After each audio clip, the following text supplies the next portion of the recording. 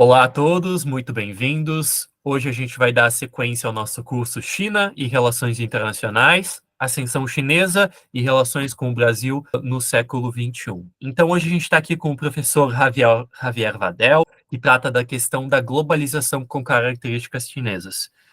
Então, apresentando um pouco o professor, ele é graduado em Relações Internacionais pela Universidade Nacional de Rosário e possui mestrado e doutorado em Ciência Política pela Unicamp. Ele atualmente é professor na PUC Minas. Recentemente, ele, junto de outros professores, foi organizador do livro Globalização com Características Chinesas no Século XXI, que está na sua segunda edição, agora neste ano, assim como o livro China-US Rivalry and Regional Reordering in Latin America and the Caribbean, que está sendo lançado pela editora Routledge agora neste ano também. Então, professor, muito bem-vindo. A palavra está contigo. Muito obrigado pelo convite e parabéns pela iniciativa de vocês, tá? Então, é uma honra poder participar, interagir e enriquecer, inclusive, o conhecimento sobre a China aqui na América Latina em geral e no Brasil em particular, tá? Então, nesse sentido, vocês estão muito de parabéns. O livro que você mencionou está aqui, ele foi lançado recentemente, né? ¿No? La Routledge, organizado por el profesor Li Xin y por mí, ¿no? Que tienen aportes sobre todo de pensadores da América Latina e o Caribe, tá? Sobre a região e sobre a percepção e análise dessa realidade de disputa na nossa região entre China e Estados Unidos, ok? Então, obrigado pela menção, tá?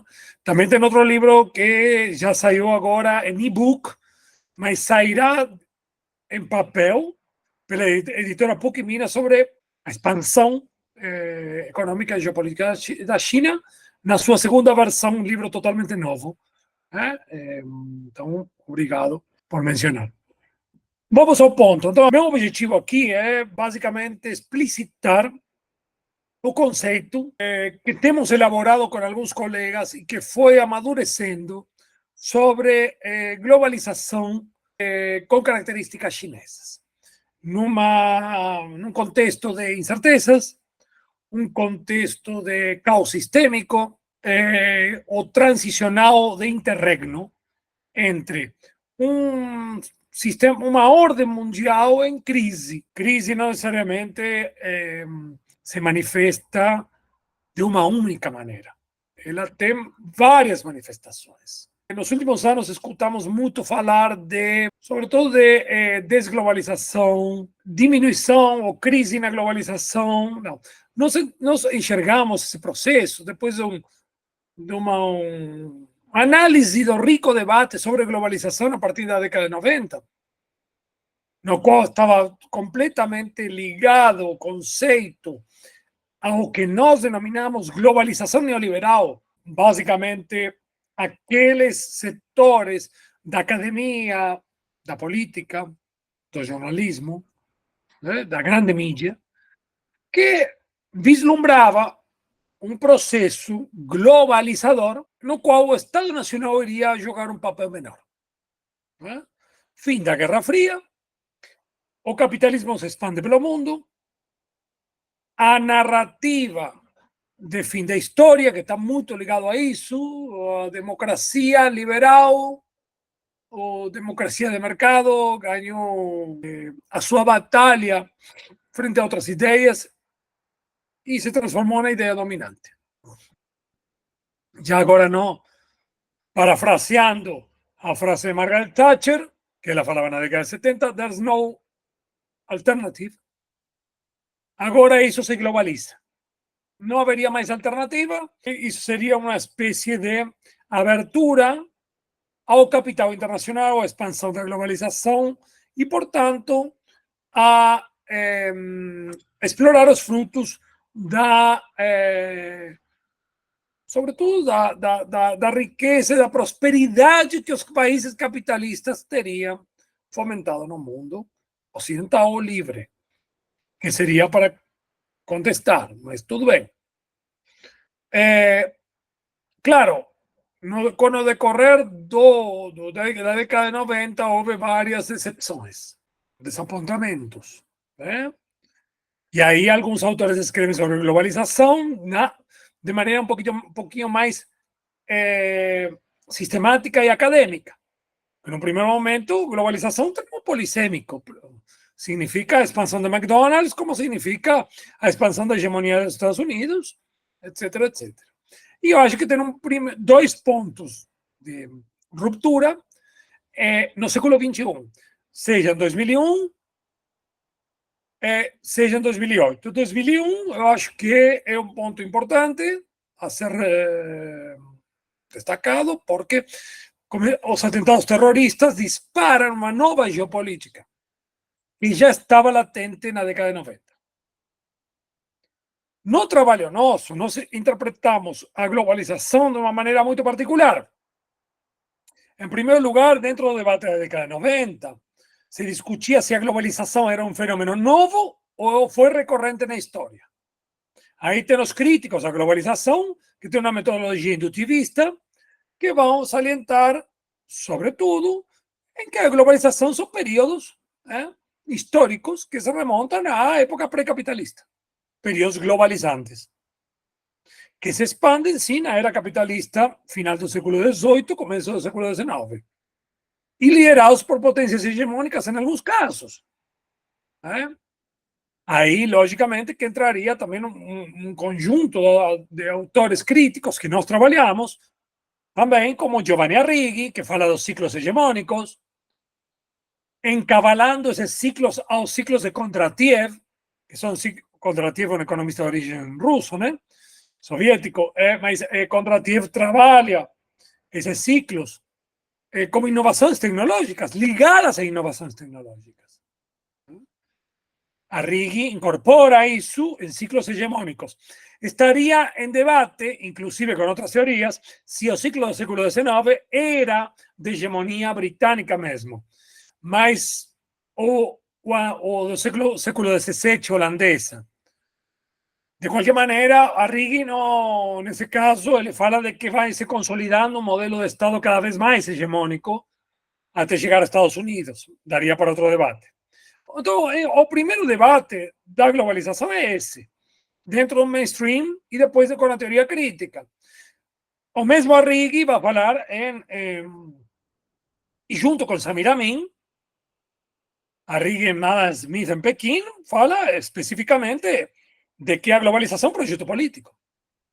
E aí entramos em outro patamar que não é discutido, que eu pretendo aprofundar, que é que a globalização, todo processo globalizador na história, e eu sim, empiricamente, historicamente, se mostra que há processos globalizadores, que a globalização neoliberal é um deles, que está ligado à expansão do capitalismo no século XX, XXI, que todo processo globalizador traz consigo uma geopolítica específica. O sea, longe da globalização neoliberal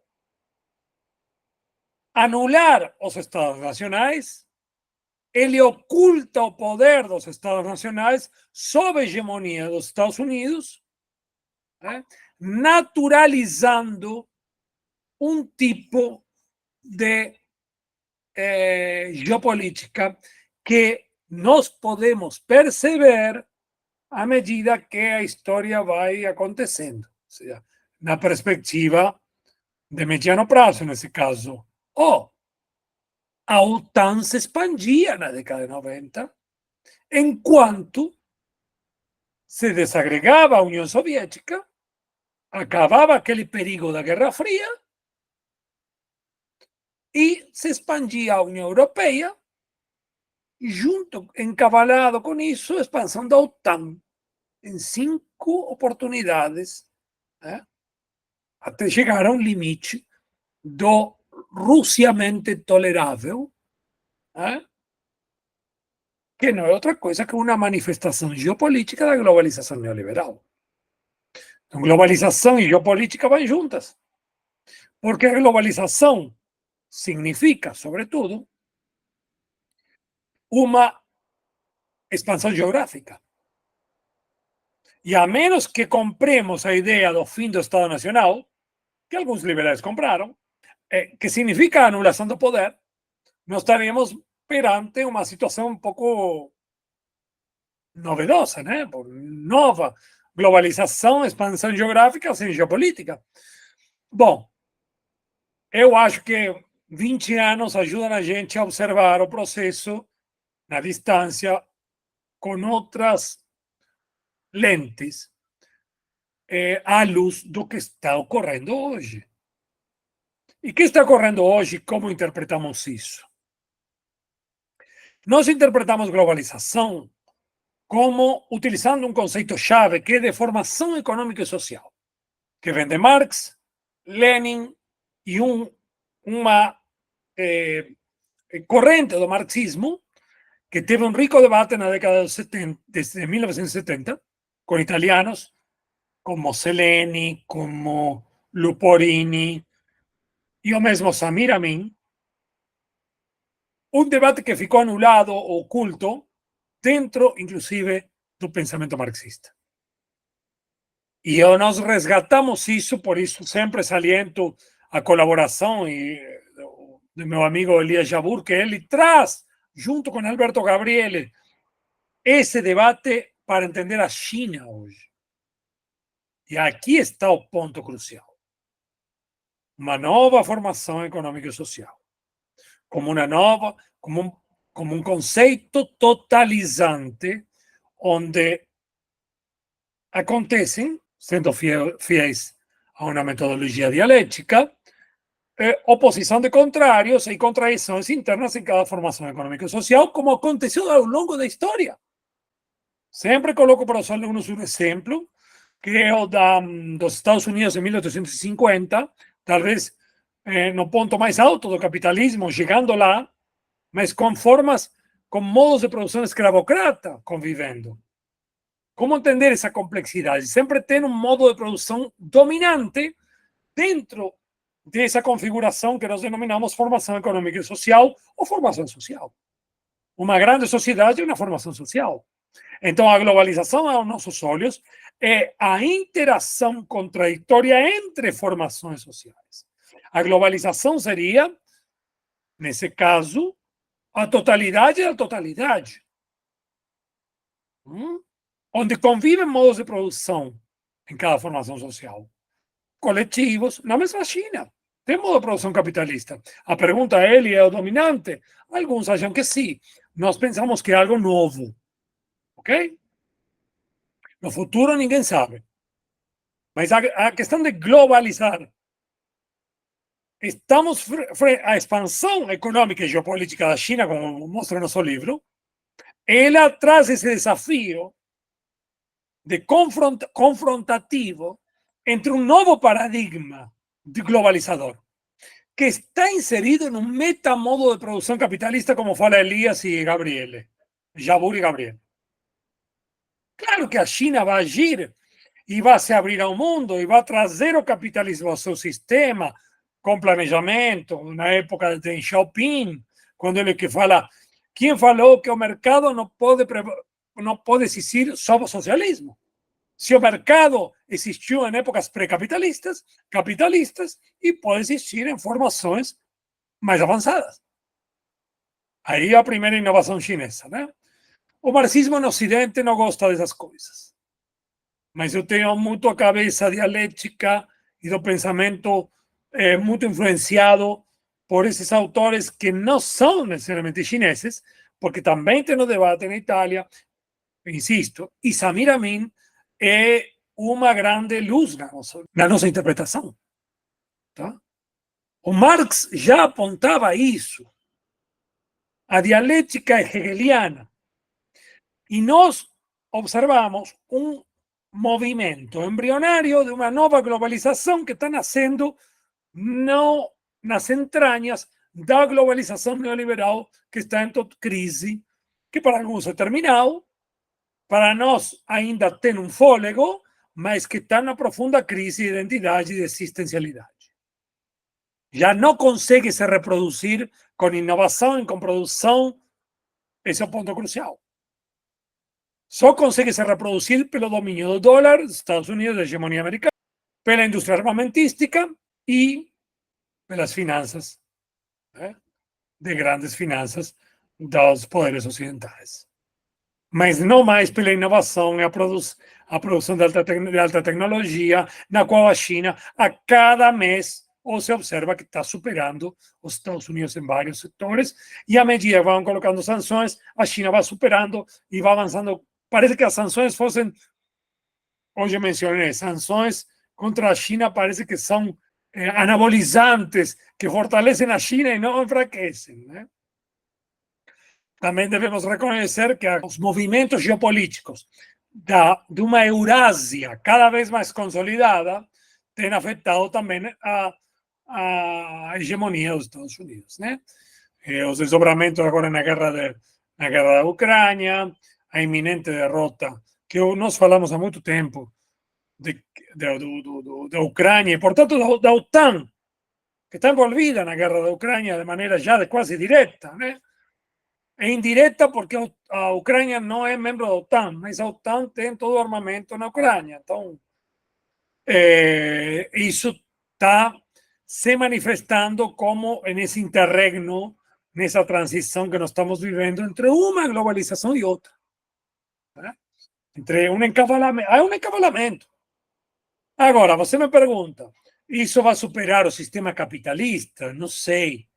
O que nós estamos observando é que há novas formas surgindo a partir da China, um novo paradigma que está colocando em questão a globalização neoliberal como forma mais elevada e o imperialismo dessa globalização, que seria a geopolítica, tá? Da globalização neoliberal, sendo colocado em questão, né?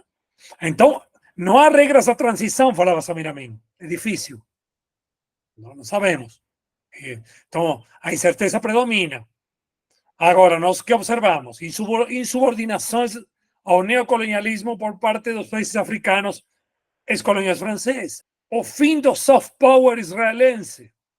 Eu acho que o conflito, apesar de ter um custo de vidas terríveis para os palestinos, com sacrifícios imensos, na chacina poucas vezes vista, acabou com a tolerância e uma visão até de alguns grupos que eram simpáticos ao Estado de Israel que não tem mais simpatia. Lamentavelmente. Eu tenho, inclusive, amigos que moram lá, em Tel Aviv. E a consolidação da Eurásia a partir de uma interessante aliança, amizades sem limites entre Rússia e China, já para terminar, mas tendo sempre, e isso posso aprofundar um pouquinho mais, tendo a China como ponto focal da nova economia global e a Rússia como ponto focal político da nova Europa. Porque observemos que a China tem conflitos territoriais com a Índia, embora participe nos BRICS Plus, mas a Rússia tem um papel fundamental, fora de ter armamento tecnologicamente mais sofisticado, armamentos dos mais sofisticados do mundo, né? Mísseis hipersônicos, etc, etc. Eu não vejo, sabe, para terminar, né, a minha fala, eu não vejo um hegemonismo na nova configuração, se vamos aos ciclos de Arrighi, e se um convívio diferente, né? Alguns falam de multipolar, mas multipolaridade não explica, porque multipolaridade também existia no século XIX. Existia um sistema imperialista, baseado no domínio do Ocidente, até as guerras. Primeira e Segunda Guerra Mundial, que aí houve uma crise sistêmica, interhegemônica ou interimperialista. A configuração de maneira diferente. Vamos ter que criar ou recriar conceitos novos para entender um fenômeno novo. Okay? Às vezes usamos conceitos de Guerra Fria, conceitos antigos para entender o novo, que são pouco úteis, eu acho, nesse momento.